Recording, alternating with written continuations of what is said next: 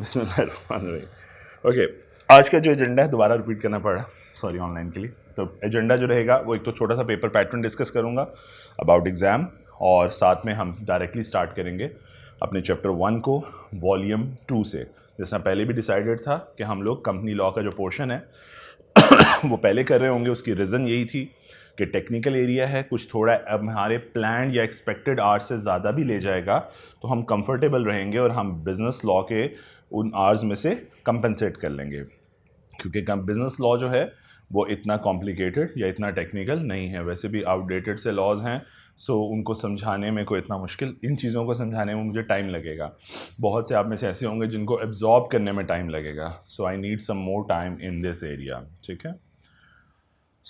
वरना वेटेज में इक्वल है। मैं ये बिल्कुल नहीं कहूँगा कि नहीं कंपनी लॉ बहुत इंपॉर्टेंट है, नहीं भाई, 50 मार्क्स ही हैं दोनों के, तो दोनों ही इक्वली इंपॉर्टेंट हैं। अच्छा, कुछ फिलासफर्स अगर आप में से ऐसे हों कि नहीं एक एरिया तैयार कर लेते हैं दूसरे में से कुछ एरिया, तो बराए मेहरबानी ऐसी फ़िलासफ़ी ना अडॉप्ट कीजिएगा, क्योंकि ICAP ने अपने पैटर्न को या एग्जामिनर ने अपने जो एग्जामिनेशन क्राइटेरिया उसको रिवील नहीं किया होता, लेकिन कहीं ना कहीं एग्जामिनेशन में वेटेज होती है इस चीज़ की। सो इसलिए इस तरह मत, स्पेशली वो जो दोनों दे रहे हैं, यानी जो फुल फ्लैश पेपर दे रहे हैं, वो जो 50% मतलब ऑलरेडी 1 पेपर अपियर हो रहे हैं, एक पेपर पास है यानी बिजनेस लॉ पास है और कंपनी लॉ में अपियर हो रहे हैं, उनके लिए नहीं बोल रहा, ठीक है। सो पेपर पैटर्न पे थोड़ी सी बात कर लेता हूँ। ऑलरेडी जो दे चुके हैं उनके लिए तो शायद बहुत यूजफुल इंफॉर्मेशन ना हो, लेकिन बाकियों के लिए इंपॉर्टेंट बात यह है कि ICAP का रूल है कि अब आप चूंकि MCQs एग्जाम से मूव आउट कर रहे हो और सब्जेक्टिव एग्जाम में जा रहे हो, जहाँ पे ऑब्वियसली आप पेपर को अपियर होने लगे हो उसमें, जिसमें आपको एक आंसर बुक मिलेगी, ठीक है। लोअर बोर्ड की तरह या किसी दूसरे बोर्ड की तरह नहीं है कि आप अगली शीट मांगो तो ऐसा लगता है गुर्दा मांग लिया है, तो वो पहले कहते हैं दिखाओ पहली वाली फेल हो गई। ऐसा हुआ किसी के साथ कभी? वो अगली शीट नहीं देते कई दफ़ा ना, कमीनगी का इजहार है और बात कोई नहीं है। यहाँ पे सिनेरियो ये है कि आपको 24 शीट्स की एक बुकलेट मिल जाएगी, आपने उसी को यूज़ करना और वो ख़त्म नहीं होती, और अगर ख़त्म हो जाए तो आपको सोचने वाली बात है ऐसा आपको क्या आता है जो आपने 24 पेजेस पे लिख लिया, ठीक है। और आपने अगर गलती से कह दिया पूरे एग्ज़ाम हॉल में कि भाई शीट, तो पूरा एग्ज़ाम हॉल अपना पेन छोड़ के आपकी तरफ देखेगा, ये कौन है ऐसा जिसको रश की निगाहों से, हसरत की निगाहों से सब देखा जाएगा, ठीक है। और उसके बाद आपको वैसे ही लगेगा पेपर फेल हो गया, इतने लोगों ने मुड़ के देख लिया, ठीक है। ये सारे वो जो मिथ्स हैं, मैं ऐसे उस पर मजाक से बात कर रहा हूँ।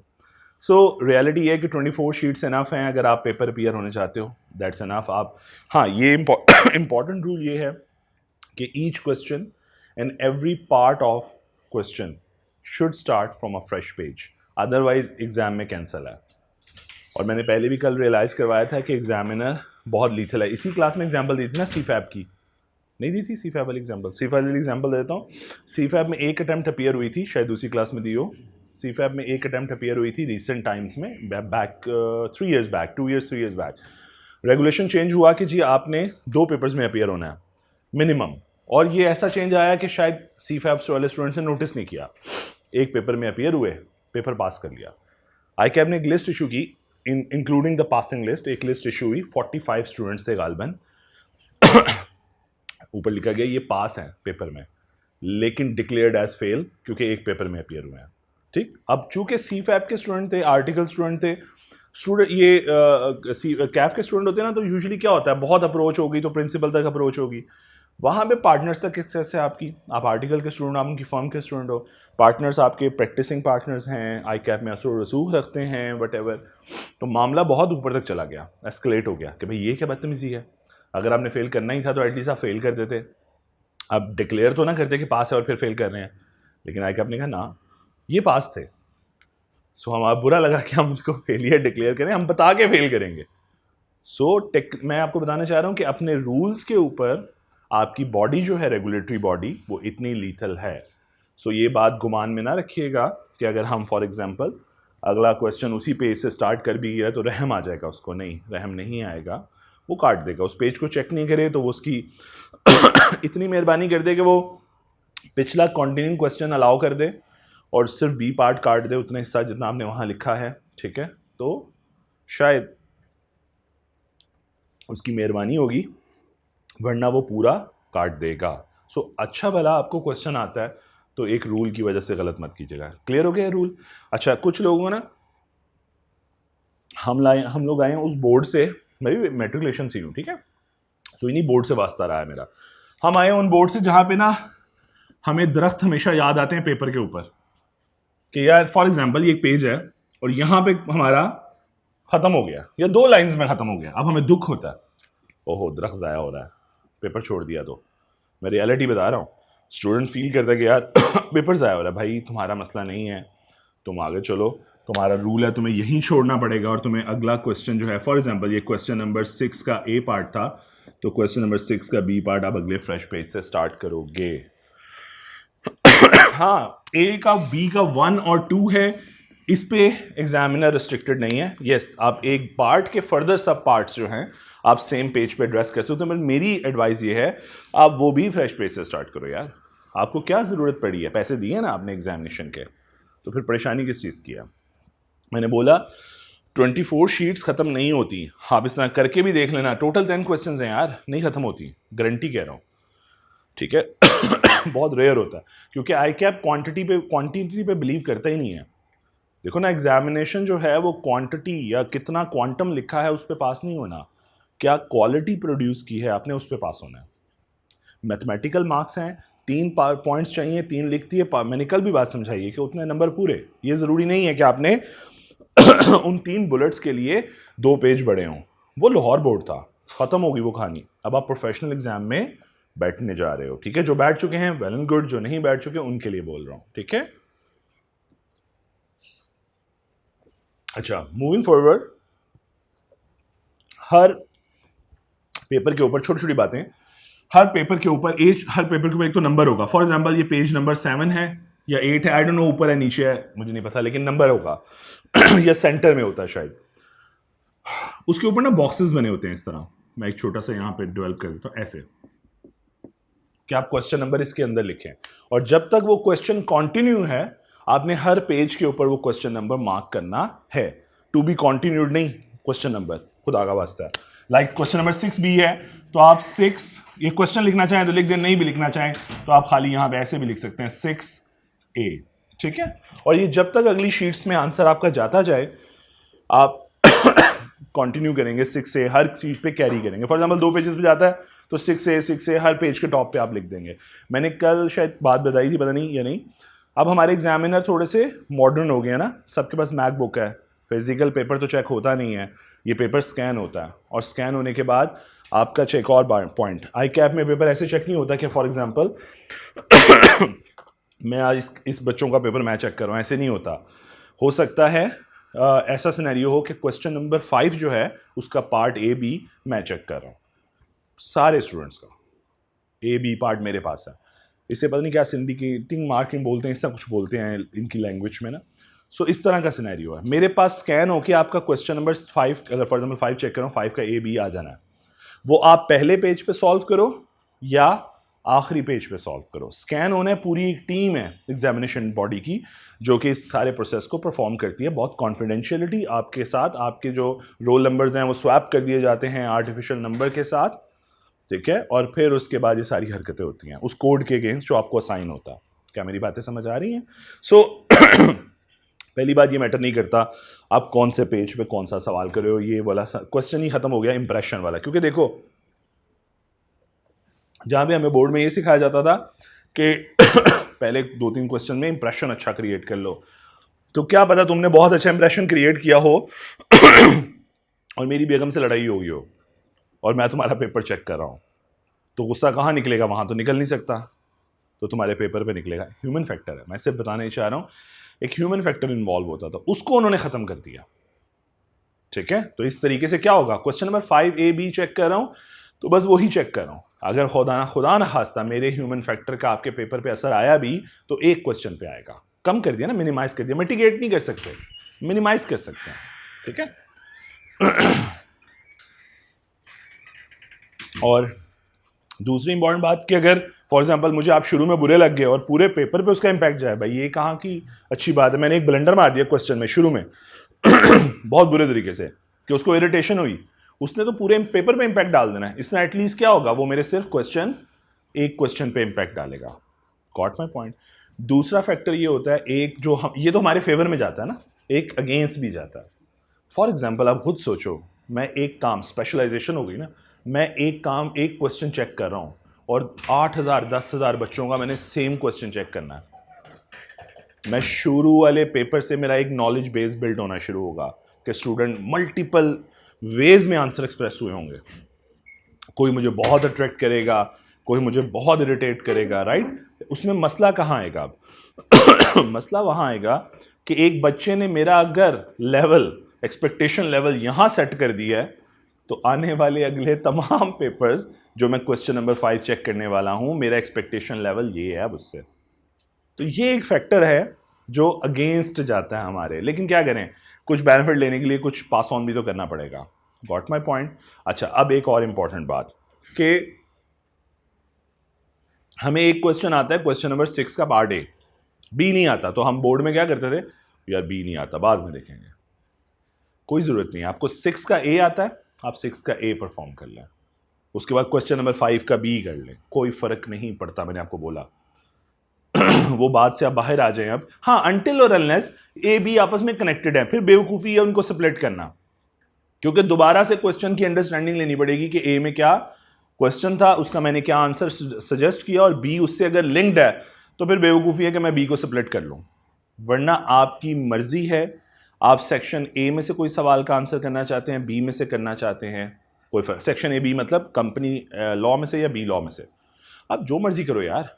उन्होंने ऐसे थोड़ी कहा क्वेश्चन नंबर 1 दोबारा क्वेश्चन नंबर 1, क्वेश्चन 1 से क्वेश्चन 11 तक मॉडल पेपर है, कल मैंने दिखाया था ना, तो टोटल मॉडल पेपर है, उसमें उसने 2 सेक्शन बनाए हैं, लेकिन हकीकत में उसने 11 सवाल बनाए हैं। आपकी मर्जी, आप जो मर्जी नंबर लो, ठीक है, और जो पहले आता है, जो करना चाहते हो वो सॉल्व कर लो। आपका दिल करता है जैसे एक टाइम आएगा जब मैं आपको सजेस्ट करूंगा कि डिस्क्रिप्टिव वाले, जैसा मैंने कल बताया था कि डिस्क्रिप्टिव मार्क्स हैं 40%, राइट? याद नहीं है तो प्लीज थोड़ा सा टोन हिला लें ताकि मुझे थोड़ा सा पता लग जाए कि अच्छा पता है। सो डिस्क्रिप्टिव क्वेश्चन मुझे हमेशा लगता है कि फ्री के मार्क्स है। अगर आपको याद है, अगर आपने वो प्रोविजन ऑफ लॉ याद की हुई है, नहीं भी की हुई, आपको प्रोविजन ऑफ लॉ लिख सकते हो, तो मेरी रिकमेंडेशन होती है आखिर में जाके कि यार डिस्क्रिप्टिव पहले सॉल्व करके वो मार्क्स अपनी बकेट में डाल लो। उसके 2 फैक्टर्स, उससे एक तो फैक्टर ये बनता है कि आपको मोराल हाई होना शुरू हो जाता है कि यार नंबर्स काउंट हो रहे हैं ना, ऐड हो रहे हैं आपके, और दूसरा वो क्विक नंबर होते हैं। मतलब फॉर एग्जांपल वो 4 नंबर का सवाल है, तो आपने अगले 2-4 मिनट में लिख के वेले हो जाना है। तो जो फैक्टर होता है 1.8 वाला, पता ना एग्जाम का एक फैक्टर होता है कि कितने नंबर्स मल्टीप्लाई 1.8, एक मार्क्स के लिए 1.8 मिनट्स होते हैं आपके पास। इसे अगर आप इस तरीके से चलोगे, यानी 1 मार्क्स के लिए प्रोफेशनली आपके पास 1.8 मिनट्स हैं। आप इस तरह पूरा करोगे तो आपके 2-3 घंटे पूरे हो जाएंगे। ऐसे ही है, बाकी 15 मिनट तो आपको रीडिंग टाइम मिल रहा है। आपका पेपर जो है अब वो 3 आवर्स 15 मिनट्स का होगा, राइट? 3 आवर्स एग्जाम के लिए 15 मिनट्स रीडिंग टाइम है। उन्हें भी पता है आप कितने ग्रीडी हो जाते हो एग्जाम आंसर बुक, तो इसलिए वो आपको आंसर बुक देते ही नहीं है। वो आपको 15 मिनट पहले 9 बजे क्वेश्चन पेपर दे देंगे। आप क्वेश्चन पेपर के साथ खेलें जो खेलना है, और क्वेश्चन पेपर पे लिखने की भी इजाजत नहीं है। मतलब बुलेट्स लिख सकते हो, बट बहुत ना भर देना ना कि पूरा आंसर ही वहीं बैठ के लिख रहे हो कि जब आएगा तो कॉपी पेस्ट कर लूंगा। नहीं, ऐसा काम नहीं करना। बुलेट्स लिख सकते हो। लॉ का पेपर है, कंप्रीहेंड कर सकते हो कि मैं प्लान कर सकते हो मैं कौन कौन सा सवाल पहले करूंगा। तो वहां पे जाके मैं सजेस्ट करता हूं मोस्टली कि डिस्क्रिप्टिव क्वेश्चंस को पहले इनटेक कर लो, बकेट में डाल लो। वो बी लॉ का होगा या सी लॉ का होगा, डज नॉट मैटर, और बाद में फिर केस स्टडी के ऊपर जो फोकस करना कर लेना। बच्चे यूजुअली एमसीक्यू सॉल्व करने बैठ जाते हैं जल्दी जल्दी, तो वो उससे थोड़ा सा इज्तनाब कीजिएगा कि ये ना हो जल्दी में गलत लगा के बैठे हों और उसके बाद फ़ौरन आए पेपर तो गलत लिख लुक के वेले हो जाएं। ऐसा मत कीजिएगा, ठीक है? सो आपकी मर्जी पे डिपेंड करता है, जो मर्जी सवाल करो, जिस मर्जी क्वेश्चन का जो मर्जी पार्ट सॉल्व करो, इट डज़ नॉट मैटर। मेरे पास अगर क्वेश्चन नंबर 5 आना है तो आना है, वो आप पेज नंबर 1 पे सॉल्व करो और उसका दूसरा पार्ट पेज नंबर 23 पे सॉल्व करो, दोनों स्कैन होके मेरे तक पहुंच जाने हैं, ओके? और एक लास्ट बस पॉइंट, और उसके बाद हम अपने वापस जाते हैं क्योंकि इससे ज़्यादा की ज़रूरत नहीं है। ये मैं प्रिकॉशनरी इसलिए बोलता हूँ, मुझे आइडिया है स्टूडेंट इतना अवेयर होता है कि वो किसी ना किसी दोस्त से पूछ लेता है, लेकिन अपने कैरियर में, इस टीचिंग कैरियर में एक दफ़ा ऐसा हुआ है कि एक बेटी ने बोला कि सर मेरे ना पेपर, मतलब वो बच्ची शायद कैफ 4 दे के कैफ 7 में आके बैठ गई, और उसने, अब वो मुझे एक्सप्रेस करिए कि पेपर बहुत अच्छा हुआ, ओके वेरी गुड, तो मैंने कहीं यही वाली बातें दोबारा शुरू की तो उसने कहा ये मुझे नहीं पता थी, तो मेरे लिए शॉकिंग था। और वो बेटी फेल हो गई थी at the end. Reason behind उसने उसने हर सवाल काट दिया होगा, जहाँ जहाँ उसने बी पार्ट उसका सॉल्व शुरू किया होगा उसने वो सब काट दिया उसके। सो मैंने पहले कहा रूल्स के अगेंस्ट नहीं जाता आई कैप, वो अलाउ नहीं करेगा, ठीक हो गया। और फिर एक और बात बता दूं बस लास्ट इस हवाले से कि एग्जामिनर की लेयर्स हैं। फर्स्ट आपका एग्जामिनर है उसके बाद आपका मॉडरेटर है, और उसके बाद अगर बीच में फॉर एग्जांपल आपके मार्क्स ऐसे बन जाए तो तीसरा मॉडरेटर, दूसरा मॉडरेटर भी ऐड हो जाता है। मॉडरेटर का रोल ये है कि अगर आपके मार्क्स फॉर एग्जांपल 40 के करीब बन रहे हैं जो उनके मुताबिक, आपको शायद मेरा इसमें भी एक इख्तलाफ है कि या मेरा एक ओपिनियन है और शायद बड़ा प्रूफ के साथ है, लेकिन मैं वो सर्टिफाई नहीं करूँगा क्योंकि मुझे अंदर की इन्फॉर्मेशन नहीं पता कि जो मार्क्स आपके रिजल्ट में अपीयर होते हैं वो एक्चुअल मार्क्स नहीं होते, वो परसेंटाइल बेस्ड होते हैं, ठीक है। एक्चुअल मार्क्स आपके पीछे डेवलप हो रहे होते हैं। तो 49 पे फेल हो रहे हो इसका मतलब 49 नहीं है, पीछे मार्क्स का डिफ्रेंशिएशन होता है, जो वो बाद में समझाऊंगा। अच्छा फॉर एग्जांपल आपके मार्क्स आ रहे हैं 40 प्लस हो गए हैं, तो आपके दो मॉडरेटर ऐड हो जाएंगे। 35 के बाद पहला मॉडरेटर ऐड होता है शायद कि यार ये बच्चा फेल अगर हो रहा है तो एक दफ़ा देख ले मॉडरेटर, एक सेकंड एग्जामिनर, कि कहीं ऐसा तो नहीं है कि पहले एग्जामिनर ने कहीं पर कोई पर्सनल बाइसनेस इस्तेमाल कर लिया तो मॉडरेटर इन्वॉल्व होता है। या फिर मॉडरेटर जब आपके एग्जाम में कोई ऐसा क्वेश्चन आ जाए जो आउट ऑफ कॉन्टेक्स्ट आ जाए या कॉम्प्लेक्सिटी लेवल बहुत हाई लेवल पे चला जाए, तो in that case moderator add हो जाता है। उस मार्क्स में ग्रेस मार्क्स मिलते हैं फिर, ठीक है। वो डिफरेंशिएट है, वो कौन सा डिसाइड करती है, वो ऐसे नहीं होता कि एक बंदा डिसाइड करे, ऐसा नहीं होता, ओके। और अगर आप 40 प्लस में फेल हो रहे हो तो फिर दो मॉडरेटर चेक करते हैं कि भाई ये बच्चा पास हो। अच्छा वो ये कहते हैं कि हम ये कोशिश करते हैं कि बच्चा पास हो सकता है तो इसको पास कर दें। मैं कहा हाँ ये तो नजर आता है आपका, ठीक है, लेकिन वो क्लेम यही करते हैं, ठीक हो गया। और last point on the paper कि पेपर के ऊपर, इन्हीं के ऊपर और बॉटम पे नहीं, सॉरी बॉटम पे होता है शायद, बॉटम या और टॉप पे भी होता है, बार कोड्स बने होते हैं।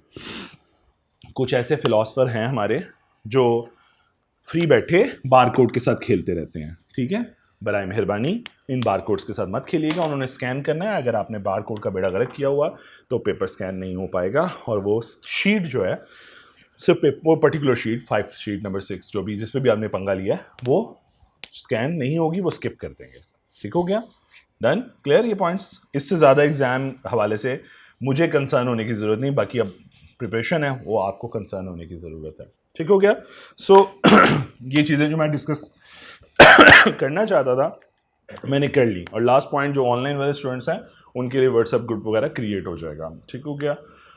चलें जी, नेक्स्ट अब हम अपने टॉपिक पे आते हैं और हम अपनी कंटेंट को शुरू करते हैं। सबसे पहले कंपनी लॉ के ऊपर, और अगर हम अपने कंपनी लॉ का पहला वॉल्यूम का से फॉर एग्जांपल वॉल्यूम 2 का, जहाँ मैंने कहा वॉल्यूम 2 होगा जी, जिससे मैं कल भी बता रहा था कि उन्होंने जहमत नहीं की, उन्होंने कहा कि अच्छा बुक बनानी पड़ेगी दोबारा मर्ज करके, तो हम ऐसा करते हैं जो कैफ 4 वाली बुक का उसको वॉल्यूम 1 का नाम दे दिया और टाइटल पेज चेंज कर दिया, और जो कैफ 7 की बुक थी उसको वॉल्यूम 2 का नाम दे के सिर्फ पहला पेज ये जो आपके सामने आ रहा है अपीयर हो रहा है ये सिर्फ चेंज किया। पहले ग्रीन होता था, अब उन्होंने ज़रा थोड़ा कलरफुल टाइम लगा के कर दिया है।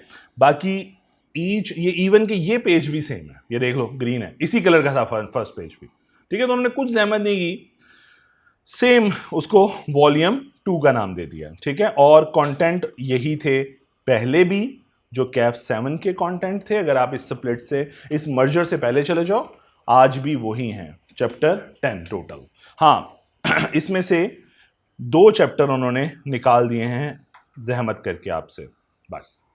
तो मैंने पहले भी कहा था एडिशन कुछ नहीं हुई, डिलीशन हुई है 2 चैप्टर गालमन यहां से निकाल दिया उन्होंने, क्लियर, यहां तक समझ आ गई। सो हम अपना स्टार्ट कर जा रहे हैं obviously company introduction, types and registration. अब एक छोटी सी बात और इंपॉर्टेंट समझ लें, कुछ टाइम लगेगा, हम खाली रोड मैप्स पे घूम रहे होंगे कुछ टाइम के लिए, साथ साथ बुक भी पढ़ना शुरू कर देंगे, लेकिन कुछ बेसिक अंडरस्टैंडिंग डेवलप करने की है, जैसे स्पेशली फर्स्ट 3 चैप्टर्स जो हैं, हम जब तक इधर तक पहुंच रहे होंगे तो बहुत टाइम लग रहा होगा कुछ चीज़ों के ऊपर, क्योंकि ये तीनों चैप्टर्स टेक्निकल चैप्टर हैं। एक तो आपने इससे पहले कंपनी लॉ कभी पढ़ा नहीं, कभी सुना नहीं, राइट, तो हम एक बेसिस डेवलप करिए, बिल्कुल ऐसे है जैसे आप फाइनेंशियल अकाउंटिंग पीआरसी की जो अकाउंटिंग है वो पढ़ने जा रहे हो। फर्स्ट टाइम आपने सबने अगर फॉर एग्जांपल बैकग्राउंड अकाउंटिंग करनी था तो डेबिट क्रेडिट पहली दफ़ा सुना।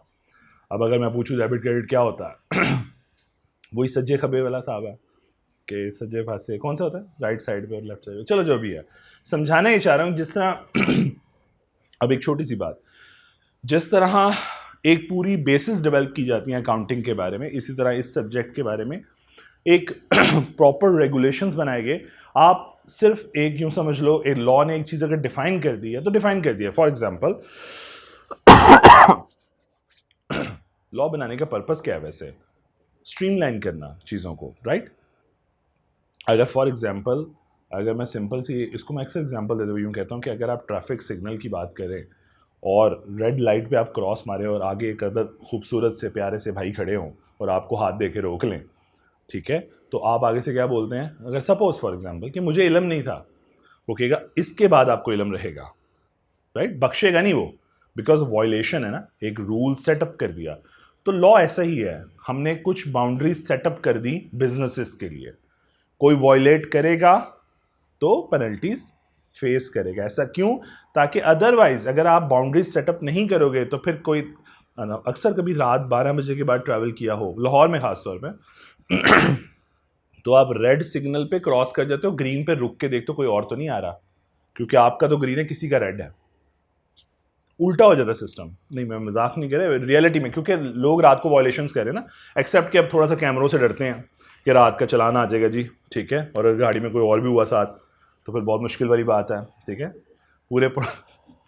पूरा प्रोजेक्ट फ्लॉप होने की वजह बना कि उन्होंने पकड़ पकड़ के उन्होंने कहा लो जी ये लो देखो। सो समझाना ही चाह रहा हूँ, लॉ बनाया जाता है बिहेवियर्स को स्ट्रीमलाइन करने के लिए, और अगर कोई वायलेट करेगा तो पेनलाइज होगा। लाइकवाइज कंपनी लॉ जो है ये हमें वो रूल्स रेगुलेशंस सेटअप करके दे रहा है जो कंपनीज को रेगुलेट करेंगे। बिजनेस कंपनी नहीं कहते, बिजनेसेस को रेगुलेट करेंगे। अभी मैं इसके वर्ड पे नहीं आता क्योंकि गलत हो जाएगा ना, बिजनेसेस की टाइप भी हैं, बिजनेसेस को रेगुलेट करेगा, और अगर कोई बिजनेस वायलेट करेगा तो डेफिनेटली पेनलाइज करेंगे। लेकिन अब देखो लॉ का नाम क्या है? Company act. तो नाम से जाहिर हो रहा है कि ये सिर्फ एक टाइप के बिजनेस को कंट्रोल करने वाला है, एंड दैट इज कंपनी। अगर किसी बिजनेस का स्टेटस कंपनी का है तो बस ये उसको रेगुलेट करेगा, इसके अलावा इसमें गाइडलाइन मौजूद, लेकिन बिजनेस की टाइप्स तो इससे ज्यादा हो सकती है ना। एक तो मैंने कल भी जिक्र की, सोल प्रोप्राइटर, बल्कि आप लोग बिजनेस पढ़ के आए हो थोड़ा सा पीएससी में, यस। तो बिजनेसेस की टाइप क्या हो सकती हैं? यस बिल्कुल, सोल प्रोप्राइटर, पार्टनरशिप, और यही 3 बिजनेस टाइप्स हैं। इसके अलावा कोई और किसी के ज़हन में है तो मुझे ज़रूर नॉलेज दे, अदरवाइज इससे अलावा कोई और बिजनेस टाइप नहीं है। अच्छा, उसमें भी इन बिजनेस टाइप्स में भी इस वाले की बात करो तो ये रेगुलेटेड नहीं है, कोई पूछने वाला नहीं, सिर्फ एक डिपार्टमेंट इससे मोहब्बत करता है, बाकी क्यों नहीं, कोई इसको मुंह नहीं लगाता, है ना। कौन से वाला? नहीं, गवर्नमेंट तो ऐसा वर्ड नहीं बोलना, हाँ, टैक्स डिपार्टमेंट, वो मोहब्बत करता है, वो कहता है ना ना, आप इंडिविजुअल हैं, पार्टनरशिप हैं, आप कंपनी हैं, हम आपके साथ हैं, आप कमाएं हम आपके साथ हैं। बल्कि वो तो एनजीओ को भी नहीं छोड़ता, मेंबर ही एक अलमिया है, एक बड़ा अजीब सा, वो आपको शेयर करता हूँ, प्रैक्टिकल बात समझा रहा हूँ, हालांकि उससे आपसे कोई ताल्लुक नहीं है। एनजीओ में क्या आएगा? सोर्स ऑफ इनकम, इनकम तो नहीं कहना चाहिए, सोर्स ऑफ रेवेन्यू, इनकम ही कह लेते हैं। सोर्स ऑफ इनकम क्या होगी? डोनेशंस। टैक्स वाले कहते हैं अगर आपके पास 100C का एक सर्टिफिकेट होता है, एग्जम्पशन सर्टिफिकेट, ठीक है, उन एंटिटीज को लेना, और वो इतना इजी नहीं होता, इजी पाथ नहीं है, बहुत मुश्किल पाथ है, ठीक है, उस सर्टिफिकेट को लेना कि एग्जम्पशन मिल जाए। अदरवाइज डोनेशन पे भी टैक्स है, मैं रियलिटी बता रहा हूं, और अगर आप नहीं चार्ज करेंगे पेनलाइज करेगा वो। तो हमारा एफबीआर वाला कहता है ना ना ना, आप हलाल कमाएं, हराम कमाएं, डोनेशन कमाएं, हमारा हिस्सा हमें दें, बाकी जो। अच्छा, एक वर्ड, एक और प्रैक्टिकल नॉलेज, एमनेस्टी स्कीम कभी किसी ने सुना है? टीवी वगैरह के ऊपर अक्सर आता है कि एमनेस्टी स्कीम प्रोवाइड की जा रही है। क्या मकसद होता है उस एमनेस्टी स्कीम का, कोई बताना चाहे? कंट्रीब्यूट करो प्लीज क्लास में। ब्लैक मनी को अवॉइड करने का लीगल रास्ता, जिसमें खुद आके प्राइम मिनिस्टर कहता है कि जनाब हम आपको एमनेस्टी दे रहे हैं, और एमनेस्टी का मतलब यह है कि आप जो काला धन वाइट कराएंगे हमसे, हमें टैक्स देके, कि अगर फॉर एग्जांपल मैं कल लास्ट वाले रेट बता दूं, तो अगर लोकल चोरी की है, डोमेस्टिक चोरी है तो 4%, और अगर इंटरनेशनल चोरी है मतलब कहीं बाहर एसेट्स बनाए हुए और आप डिक्लेयर करना चाहते हैं तो 5% हमें दे दें धन वाइट। और वाइट जो धन आप हमसे वाइट कराएंगे हम उसके बारे में आपको इतनी एमनेस्टी देते हैं कि उसके बारे में कभी भी किसी कोर्ट ऑफ लॉ में आपका क्वेश्चन नहीं हो सकता। मतलब इतना इतनी लिबर्टी कि आप जो हमसे वाइट करा लें इसके बाद कभी नहीं पूछेंगे हम आपसे कि यार ये कहां से है, या कोई क्वेश्चन नहीं हो सकता, मतलब कोर्ट भी इवन के क्वेश्चन नहीं कर सकता। ये है एमनेस्टी स्कीम, ठीक है। तो क्या हो रहा है, 4% 5% क्या है, टैक्स। भाई हमें दे दो, हमें हराम भी सूट करता है। आपने जो हराम कमाया, जो भी कमाया, हमें कोई फर्क नहीं पड़ता इस बात से। आपने लीगल कमाया, इलीगल कमाया, हराम हलाल मजाक के बोला, आपने लीगल कमाया या इलीगल, हमें फर्क नहीं पड़ता, हमें हमारा शेयर दो, आपकी इनकम पाक, ठीक है। तो टैक्स वाले इसको भी नहीं बख्शते, इसको भी रेगुलेट करते हैं। उसके बाद अगर कॉम्प्लेक्सिटी लेवल में मूव आउट करें ना तो शायद हम इस बिजनेस टाइप से इस तरफ मूव कर रहे होंगे। पार्टनरशिप के ऊपर भी रेगुलेशंस मौजूद हैं बट बहुत ज़्यादा स्ट्रिक्ट रेगुलेशन नहीं है। लेकिन एक अदारा है, एससीसीपी के ही एक अदारा है जो कि उनकी एक्सटेंशन कह लें, पूंछ हाउस उसका ऑफिस है, तो वो एक अदारा है जो रजिस्ट्रेशन ऑफिस, रजिस्ट्रार ऑफिस कहलाता है, वो इसको रेगुलेट करता है बट ना होने के बराबर शायद। लेकिन कंपनीज एक्ट को एक अदारा रेगुलेट करता है और उसका नाम है, मैं इंशाल्लाह ये बाद में बात करूंगा, आपने ये वर्ड शायद सुना होगा, SECP, securities and exchange commission of Pakistan. ये वो अदारा है जो कंपनीज एक्ट को कंपनीज को रेगुलेट करता है, इस बिजनेस टाइप को। लेकिन टैक्स वाले सबसे मोहब्बत करते हैं, इससे भी और अब हम आते हैं दोनों। अच्छा, आप लोगों ने पहले भी शायद ये बिजनेस टाइप्स पढ़ी होंगी लेकिन इसकी थोड़ी सी फर्दर एक्सप्लेनेशन की तरफ, ठीक है, कि इन दोनों बिजनेस टाइप्स में एक्चुअली फर्क क्या है। सो एक इंपॉर्टेंट फर्क है दोनों में शायद, और वो ये वाला है, मैंने शायद स्टार भी लगाया हुआ, इसके ऊपर आते हैं। वरना तो नॉर्मल बातें हैं। पार्टनरशिप जो है कभी भी रजिस्टर करने जाओगे तो उसका एक एक्ट मौजूद है, वही 1932, और ये हमारे सिलेबस का हिस्सा भी है। आपके बिजनेस लॉ के अंदर 3 चैप्टर्स हैं टोटल जो कि पार्टनरशिप एक्ट 1932 पे बेस करते हैं। Okay, moving forward, companies act 2017 जो पढ़ने जा रहे हो एक्चुअली वही एक्ट है, और कोई भी कंपनी अगर रजिस्टर होती है तो इन्हीं रूल्स के मुताबिक या इसी लॉज की गाइडलाइन के मुताबिक रजिस्टर्ड होती है और ऑपरेट करती है और डिसॉल्व भी होती है। तीनों चीजें, तीनों फेजेस ऑफ बिजनेस, बनना, चलाना और बंद होना, सब गाइडलाइंस मौजूद हैं कंपनीज एक्ट के अंदर। हाँ, आपके सिलेबस में ना हो वो एक अलग बात है, बट कंपनीज एक्ट में मौजूद है। उसके साथ उसके कुछ अनेक्स रूल्स हैं, रेगुलेशंस हैं जो CFAB में आपके कोर्स का हिस्सा बन जाएंगे। CFAB में कोई बाउंड्री नहीं है, CFAB में सारा ही आपका है, ठीक है। अभी तो बहुत लिमिटेड चंक पढ़ रहे हैं ना आप, उधर सभी आपका है। और ये जितना आप पढ़ेंगे सी लॉ में, ये शायद हार्डली CFAB में 5 से 7 नंबर का टेस्ट होता है, इससे ज़्यादा 5 नंबर का टेस्ट होता है, इससे ज़्यादा टेस्ट नहीं होता। उसके बाद इतना रूम है अदर टेस्टिंग के लिए, ठीक है।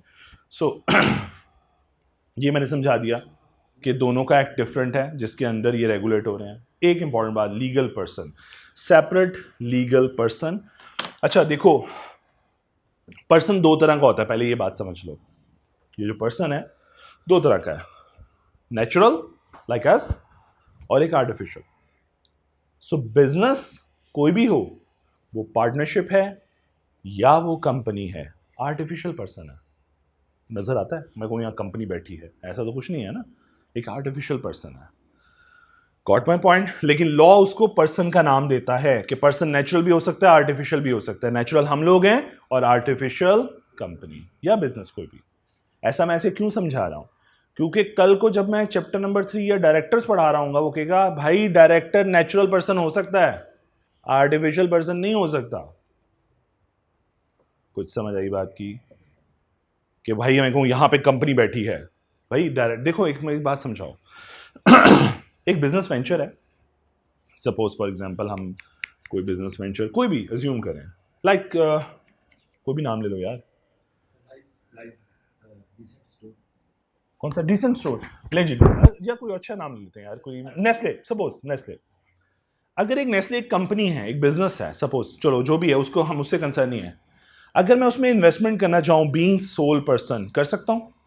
Being investor, being a sole proprietor, पैसे लगाना चाहूँ उस बिजनेस में, या कोई भी बिजनेस समझ लो यार, आप नेस्ले को समझ के मेरे देख रहे हो, कहते हैं वो पैसे हैं नेस्ले में लगाने के लिए, लेकिन भाई शेयर तो है ना मार्केट में, वो उस पर बाद में आता हूँ, समझाऊंगा, पाकिस्तान स्टॉक एक्सचेंज भी दिखाता हूँ आपको, लेकिन अभी पॉइंट, अभी बहुत इनिशियल फेज है, सब कुछ दिखाऊंगा, डोंट वरी, प्रैक्टिकल कोई चीज़ नहीं छोड़ूंगा, आप लोगों के 14 तबक रोशन करूंगा इंशाल्लाह वक्त के साथ साथ, ठीक है, क्योंकि मुझे इसमें रिस्ट्रिक्शन नहीं है ना मेरे पास, मैं सब कुछ सिखाऊंगा।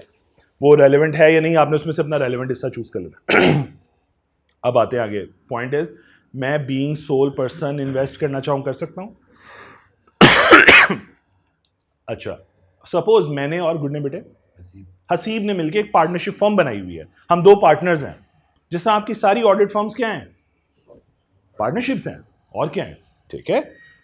अच्छा, अब वो लिखते हैं ऐसे ही हैं एंड कंपनी, बट उनका स्टेटस क्या है? पार्टनरशिप फर्म का, उस पर भी बाद में बात करूंगा, कभी मुझे याद कराना, क्योंकि आईकैप ये कहता है, चलो मैं एक और चीज आप लोगों के नॉलेज थोड़ा सा एनहेंस कर देता हूँ। आईकैप ये कहता है, अच्छा लाइसेंस जो है ऑडिट का लाइसेंस, वो कौन देता है?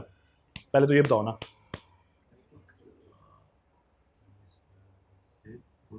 अस्तगफिरुल्लाह, ऑडिट का लाइसेंस कौन इशू करता है? वो एक ही है आईकैप यार, उसी की वही बॉडी के मेंबर हो, वही लाइसेंस, ऑडिटिंग लाइसेंस इशू करता है। सो ऑडिट फर्म को ऑडिट लाइसेंस कहां से मिलना है? आईकैप से। आपका जो अदारा है, आप अभी उसके स्टूडेंट हो, कल को उसके मेंबर बनोगे, फिर प्रैक्टिसिंग लाइसेंस रिक्वायर करोगे, पैसे लेता है और आपको लाइसेंस दे देगा। प्रैक्टिसिंग लाइसेंस का मतलब है आप अब ऑडिट कर सकते हो, गॉट माई पॉइंट। लेकिन मैं अभी बोला कि ये फर्म होती है, इसका मतलब ये हुआ कि किसी भी पर्सन ने, आप में से अगर अपना ढाबा खोलना है कंसल्टेंसी वाला, जो कि मोस्टली चार्टर्ड अकाउंटेंट इन्हीं चीज़ों में, मैं खुद वही काम कर रहा हूँ ना, तो ढाबा ही हुआ ना, तो अगर अपनी परचून की दुकान खोलनी है तो एक्चुअली क्या करेगा? अगर फॉर एग्जांपल एक से ज़्यादा पार्टनर है तो सबसे पहले क्या रजिस्टर करवाएगा? अपनी फर्म। तो क्या वो आईकैप के पास जाएगा? इस एक्ट के अंदर इस रेगुलेटर से अपनी फर्म रजिस्टर कराएगा, और फिर उस फर्म की जब रजिस्ट्रेशन मुकम्मल हो जाएगी तो एक फॉर्म सी इशू होता है, जो कि इस बात का सबूत होता है कि भाई आपकी फर्म रजिस्टर्ड हो गई है, बन गई है, मार्जे वजूद में आ गई है, ठीक। वो सर्टिफिकेट लेके आप जाते हो अपने माई बाप के पास, आईकैप के पास, कि जनाब ये मेरी फर्म है, लाइसेंस दे दें। फिर वो आपको उसके ऊपर प्रैक्टिसिंग लाइसेंस इशू कर देता, उस फर्म को अपने साथ रजिस्टर कर लेता। लेकिन इसका मतलब ये हरगिज नहीं समझना कि अगर आपके जहन में कोई गलत फहमी थी कि जो फॉर्म्स हैं वो आईकैप रजिस्टर करते हैं, ना ना ना ना, रेगुलेटर वही है, रजिस्टर वही होनी है, वही कागजात उठा के आपने चले जाना है आईकैप के पास कि जनाब मेरी फर्म में रजिस्टर कर लें, अनलेस और अनटिल आप सोल प्रोप्राइटर के तौर पे काम कर रहे हैं। वो बाद में समझाऊंगा, उसका भी रेलिवेंट टॉपिक नहीं है, लेकिन जो बात समझाना चाहता था वो मैंने समझा दी है। अब वापस आता हूं पॉइंट पे, उसी पे, बीइंग अ सोल प्रोप्राइटर में इन्वेस्टमेंट कर सकता हूं? यस। मैं और हसीब ने एक फर्म खोल ली, रजिस्टर करवा ली, आईकैप से लाइसेंस है, हम लोगों के पास कुछ फंड्स जमा हो गए हैं, तो क्या मैं नहीं इन्वेस्ट कर सकता? बीइंग अ पार्टनरशिप फर्म, क्या हम ये नहीं सोच रहे यार बिजनेस के पास पैसे हैं, कहीं इन्वेस्ट कर देने चाहिए? तो बीइंग अ पार्टनरशिप फर्म भी तो इन्वेस्ट कर सकते हैं हम। नेस्ले के शेयर बीइंग अ फर्म भी तो खरीद सकते हैं कि नहीं खरीद सकते? खरीद सकते हैं। शेयर्स बार बार वर्ड ले रहा हूं, लेकिन इन्वेस्टमेंट कर सकते हैं, यूं समझ लो आसान लफ्जों में, ठीक है। और तीसरा स्टेज, रिसेंटली, रिसेंट तो नहीं, खैर बहुत पुराना हो गया, जैज ने वारिद को एक्वायर किया, राइट? सारे वारिद कन्वर्ट हुए हो ना जैज में। सो क्या हुआ?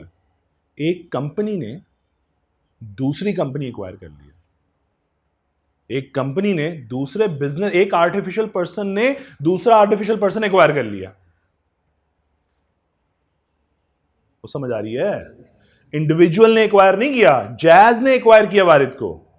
और रिसेंट कौन सा एक्विजिशन हुई है, बल्कि अभी चल रही है ना, अपना माइक्रो फाइनेंस को, बैंक को एक्वायर करने जा रहा है जैज माइक्रो जो बैंक है उनका, जो भी उन्होंने बनाया हुआ फाइनेंशियल, मुझे भूल गया उसका नाम पूरा, but Jazz going to acquire that micro finance, अपना माइक्रो फाइनेंस बैंक है एक, उसको एक्वायर करने जा रहा है। उसकी ब्रांचेस भी हैं, लेकिन वो बहुत कहते हैं ना बेचारा बुरे हालात में है बैंक, तो वो उसको एक्वायर करने जा रहा है।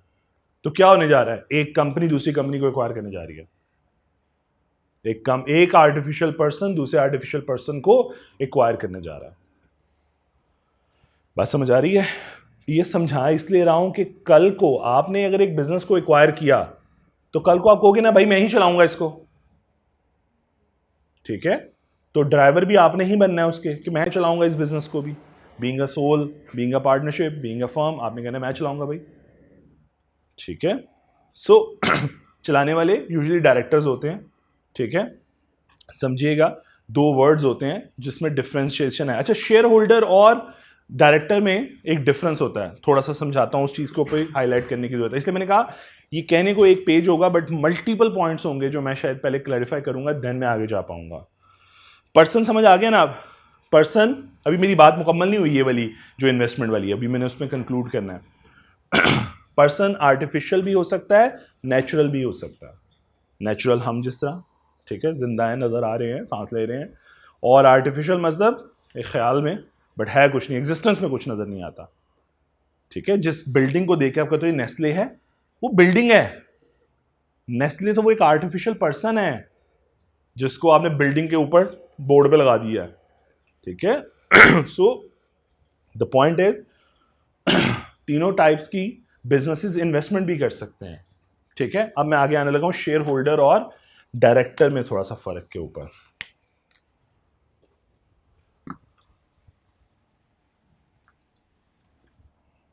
है ना हमारे पास टाइम, बस ठीक है। अच्छा, आप लोग अकाउंटिंग पढ़ के आ गए हो तो इसलिए मेरा मानना है कि शेयर्स के ऊपर थोड़ा सा, शेयर कैपिटल थोड़ा सा तो समझ आता होगा शेयर कैपिटल, राइट? एक्चुअली होता क्या है, कोई बताना, एक्सप्लेन करना चाहे शेयर कैपिटल? जो कुछ भी करो यार, खुदा का वास्ता है, कंट्रीब्यूट करो। हाँ, फेस वैल्यू ऑफ, ठीक है। एक्चुअली में शेयर कैपिटल क्या होता है, मुझे अगर मैं कहूँ, मैं लेमैन हूँ, मुझे समझाओ शेयर कैपिटल क्या होता है? उसके ऊपर शेयर ही तो पूछ रहा हूँ। नहीं, और कोई?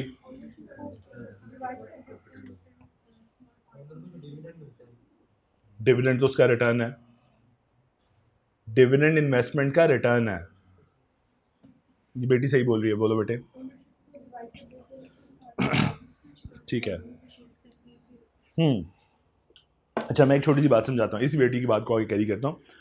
देखो, आप एक शॉप पे जाते हो, एक परचेजिंग करते हो, ठीक है? फॉर एग्जांपल एविडेंस के तौर पे क्या मांगते हो भाई? रिसीट दे दे, ठीक है? वो एविडेंस है that you have made the purchase, right? Evidence है।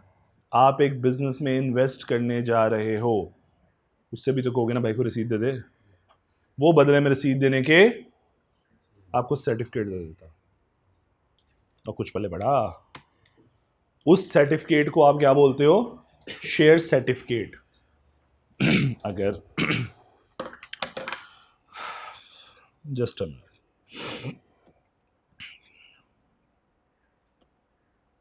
नहीं, तो वो है, मैं देखते चेक कर लूँ मेरे पास अगर कोई शेयर सर्टिफिकेट पड़ा हो तो मैं आप लोगों को शेयर सर्टिफिकेट दिखाता हूँ, किस तरह पुराने ज़माने का सर्टिफिकेट होता था और फिर अब उसके बाद क्या सूरत हाल होती है। हाँ, ये एक पड़ा हुआ है, ये देखो। किसी ज़माने में, ये मैंने बहुत पुराना कहीं से निकाल के लाया हूँ, वैसे कहीं रिसेंट भी मेरे पास पड़े होंगे कहीं पे, अब वैसे होते नहीं है इस, बल्कि मैं एक मिनट देखता हूँ कोई रीडेबल मेरे पास कहीं पड़ा हो, जस्ट 1 मिनट।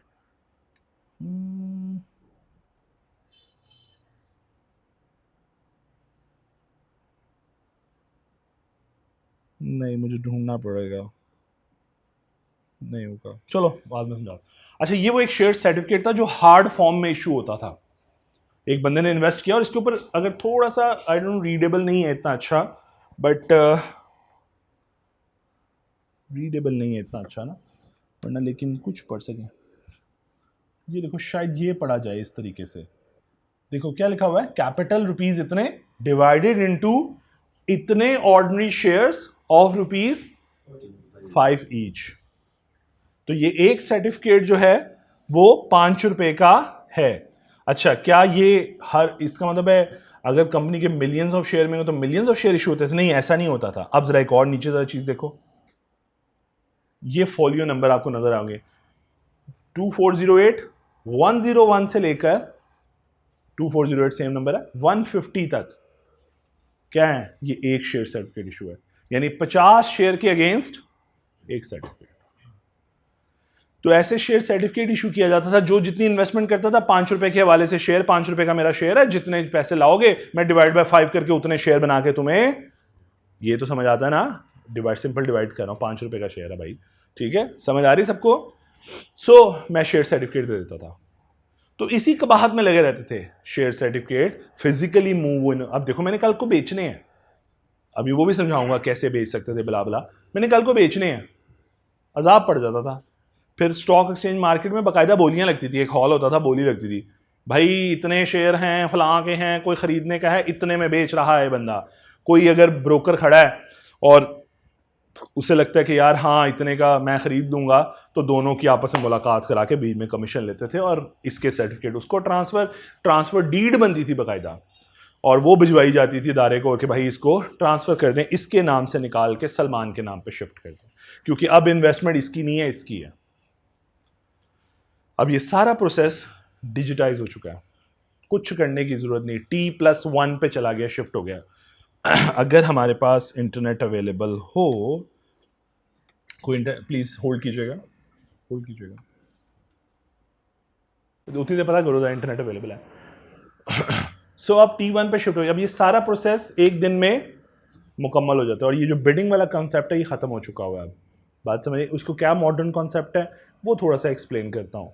अब ये नहीं है कि आपको ब्रोकर, अब आपको एक टर्मिनल की एक्सेस मिल जाती है, आप अपनी बोली खुद लगा लेते हो, और बोली लगा के तो भाई इसको इतना बेचना है, कोई रेलेवेंट बायर होगा वो खुद ब खुद ATS सिस्टम है उनका, ऑटोमेटेड ट्रेडेड सिस्टम, वो खुद कनेक्ट होगा, खुद ही सेल आउट होगा, आपको एक मैसेज आ जाएगा, एक मैसेज उसको चला जाएगा कि भाई तेरा बिक गया, तेरा तूने खरीद लिया। और जो स्टॉक मूवमेंट है, अब वो फिजिकल होती तो बड़ा अजाब होता कि मुझे फिजिकली अब उसको भिजवाने होते, तो कॉन्सेप्ट ही खत्म हो गया। फिजिकल शेयर को कन्वर्ट कर दिया बुक एंट्री फॉर्म में। बुक एंट्री फॉर्म कहते हैं ऑनलाइन, आसान लफ्जों में। आप अपना बैंक खोलते हो तो क्या वहां पे नोट नजर आते हैं, एक फिगर नजर आती है, भाई ये पैसे पड़े हैं बैंक में, क्या है, डिजिटल करेंसी है ना। Likewise digital shares, book entry securities बोलते हैं उनको, गॉट माई पॉइंट। तो अब ऐसा नहीं होता, अब मेरे अकाउंट में शेयर पड़े हैं, ट्रांसफर करने हैं तो बस एक बटन दबाओ, ट्रांसफर कर दो, सेल करने हैं सेल करो। अच्छा मैंने किसी टाइम पे, जस्ट अ मिनट, हाँ ये देखिए, ये वैसे मेरी ही अकाउंट की रिपोर्ट है लेकिन बहुत पुरानी है इसलिए मुझे कोई फर्क नहीं पड़ता। ये देखो, ये एक अकाउंट है सपोज, ये अकाउंट रिपोर्ट है सपोज, ठीक है, ये शेयर्स पड़े हुए हैं, ठीक है, ये मेरा अकाउंट नंबर है, ब्ला ब्ला ब्ला ब्ला, ये शेयर्स पड़े हैं। अब ये बुक एंट्री, कितने शेयर्स पड़े हैं, 500। अब जब बेचना चाहो, अच्छा क्या अवेलेबल है, जी बिल्कुल अवेलेबल है। फ्रीज फॉर्म होती है जिसमें आपके सिक्योरिटीज नहीं बिक सकती, freeze form, block form, pledge form, ये वो सिनेरियोज हैं, ये कभी समझाऊंगा लॉ में कि आपने कुछ सिनेरियोज होते हैं जिसमें डायरेक्टर के शेयर फ्रीज करवा दी जाते हैं, ब्लॉक करवा दिए जाते हैं, कुछ सिनेरियोज में नहीं बिकेंगे। तो ये है बुक एंट्री सिक्योरिटीज, बाय समझ आ रही बात। अब यहां से अगर फॉर एग्जांपल ये शेयर्स हैं सपोज हाईटेक लुब्रिकेंट के, मैं बेचना चाहूंगा, मैं ट्रेडिंग पैनल को एक्सेस करूंगा, बेच दूंगा, बोली लगाऊंगा कि इतने में बेचने भाई। फॉर एग्जांपल आज का रेट चल रहा है 25 रुपए, मैं कहता नहीं 25 नहीं बेचने, मैं 26 रुपए पे रेट लगाऊंगा। कोई खरीदने वाला 26 पे खरीदना चाहेगा, वो 26 पे परचेज का रेट लगाएगा, ऑटोमेटिक ATS सिस्टम दोनों को कनेक्ट कर देगा आपस में। मुझे एक मैसेज आएगा भाई आपकी सेल होगी, उसको मैसेज आएगा भाई आपकी परचेज होगी, बीच में दोनों के ब्रोकर हैं। आप बीइंग इंडिविजुअल जाके ट्रेडिंग नहीं कर सकते, आपके पास ब्रोकरेज लाइसेंस होना चाहिए। तो हर इंडिविजुअल अगर ट्रेडिंग कर भी रहा है वो अपने ब्रोकर के थ्रू करता है। जैसा फॉर एग्जांपल मेरे ब्रोकर का नाम क्या है, ये लिखा है शोजर पार्क सिक्योरिटीज, ये मेरे ब्रोकर का नाम है। ब्रोकर ने आगे मुझे अपना ट्रेडिंग पैनल दिया हुआ है, मैं उसका क्लाइंट हूं, ठीक है, account type client account, licensed account उसके पास है, उसने हर क्लाइंट को एक्सेस दी हुई है कि खुद ट्रेड करो मुझे कॉल करने की बजाय, तो वो ट्रेडिंग कर रहे हैं।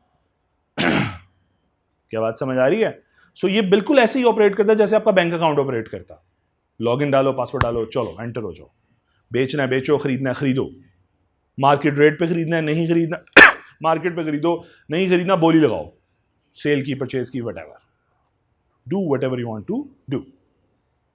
और within 1 day of that transaction आपकी सिक्योरिटीज आपके अकाउंट से निकलती हैं और उस दूसरे के अकाउंट में चली जाती है, क्योंकि यहां से -500 होना है, किसी का +500 होना है। फिजिकल सिक्योरिटीज खत्म हो चुकी हैं, फिजिकली छपते हैं शेयर। वो बाद में थोड़ा सा जब थोड़ा ग्रूम हो जाओगे तब बताऊंगा कि उस शेयर्स का हम करते क्या हैं और कौन सा अदारा है जो इसको मैनेज करता है। एक अदारे का नाम है CDC, central depository committee Pakistan limited of Pakistan limited, CDC। ये वो अदारा है जो इस सारे सिस्टम को कंट्रोल करता है, सिस्टम को मैनेज करता है। फिजिकल शेयर ऑनलाइन में कन्वर्ट होते हैं, बनते हैं, लेकिन जंबो सर्टिफिकेट, जंबो बॉटल देखिए ना सॉफ्ट ड्रिंक, जंबो सर्टिफिकेट बनते हैं और फिर वो जंबो सर्टिफिकेट कन्वर्ट हो जाते हैं इनटू डिजिटल फॉर्म। फिर उसके बाद स्प्लिट होते हैं बिटवीन द इन्वेस्टर्स और फिर इन्वेस्टर को अलाउ कर देगा कि जो करना है करो बैठ के खुद ही ट्रेडिंग पैनल से। Got my point? So this is how it operates. लेकिन अब ये कौन सी शेयर्स कर सकते हैं? हर कंपनी तो नहीं ट्रेड हो सकती, इस पे कल बात करूंगा, क्योंकि मैंने अभी तक यहां से आगे सफर ही नहीं किया। मैं यहीं पे खड़ा हूं अभी तक, सिर्फ पर्सन एक्सप्लेन किया मैंने इसमें से, ठीक है। सो अभी मैं टाइप्स ऑफ कंपनीज, देखो जब मैं कंपनी के अंदर आ जाऊंगा, जब इस मॉडल के अंदर, तो फिर मैं एक्सप्लेन करूंगा टाइप्स ऑफ कंपनीज कितनी है और कौन सी है जिसके शेयर हो भी सकते हैं और ट्रेड भी हो सकते हैं। हर कंपनी के share trade, got my point? So वो समझाऊंगा कि क्या कौन सी टाइप ऑफ कंपनी है। जैसे वर्ड एक सुना होगा लिस्टेड कंपनी, तो ये लिस्टेड की बिला क्या है वो फिर समझाऊंगा आपको, ठीक है। चलो, अल्लाह ताला आप सबको आसानी से फरमाए। Thank you.